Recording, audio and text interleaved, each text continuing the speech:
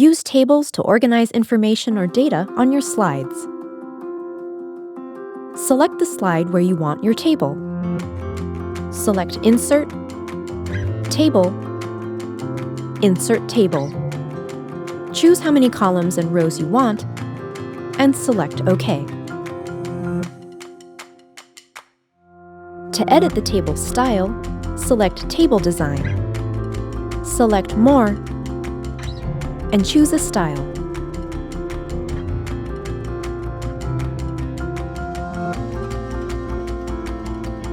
To edit layout, select Layout, and make your changes, like adding a row.